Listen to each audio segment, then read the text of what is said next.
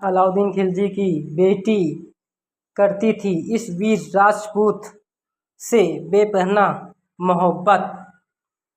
ये कहानी है जालौर के वीर राजपूत राजकुमार वीर देव की, जो वीरम देव को कुश्ती में महारत हासिल थी और वो बहुत ही शूरवीर योद्धा था। उसकी प्रसिद्ध दूर दूर तक थी।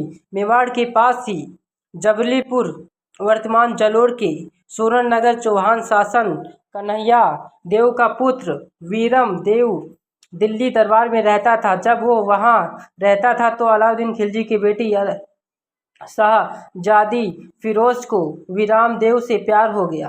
कहते हैं कि वीरम देव की सेहत और व्यक्तित्व के बारे में तो सुनकर दिल्ली के तत्कालीन बादशाह अलाउद्दीन खिलजी की पुत्री शहजादी फिरोजा का दिल वीरम पर आ गया और शहजादी ने किसी भी कीमत पर उससे शादी करने की जिद पकड़ ली।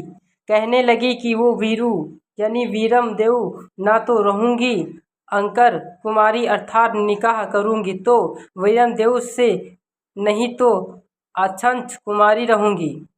बेटी की जिद को देखकर अलाउद्दीन खिलजी ने अपनी हार का बदला लेने और राजनीतिक फायदा उठाने को सोचकर अपनी बेटी के लिए जालौर के राजकुमार को प्रणय प्रस्ताव भेजा। कहते हैं कि वीरम देव ने ये कहकर प्रस्ताव ठुकरा दिया कि अगर मैं तुर्की से शादी करूं तो मामानी भाटी कुल और स्वयं का चौहान कुल उज्जवल हो जाएगा और ऐसा तभी हो सकता है जब सूरज पश्चिम से उगे। इस जवाब से आग बबूला होकर अलाउद्दीन खिलजी ने युद्ध का ऐलान कर दिया। कहते हैं कि इस 1 वर्ष तक तुर्की की सेना जालौर पर घेरा डालकर बैठी रही। फिर युद्ध हुआ और किले की हजारों राजपूतानियों ने जौहर किया। स्वयं वीरम देव ने 22 वर्ष की अल्पायु में ही युद्ध में वीरगति को प्राप्त पाई। अंत में तुर्की की सेना वीरम देव का मस्तक दिल्ली ले गई और शहजादी एक स्वर्ण थाल में उनका मस्तक उनके सामने रखा। इसे देख शहजादी फिरोज बहुत दुखी हुई। तब उसने मस्तक का अग्नि संस्कार किया। बाद में दुखी होकर यमुना नदी में कूदकर अपनी जान दे दी। ऐसी किन भी थी और कि जैसे ही फिरोजा अपने आई वीरम देव के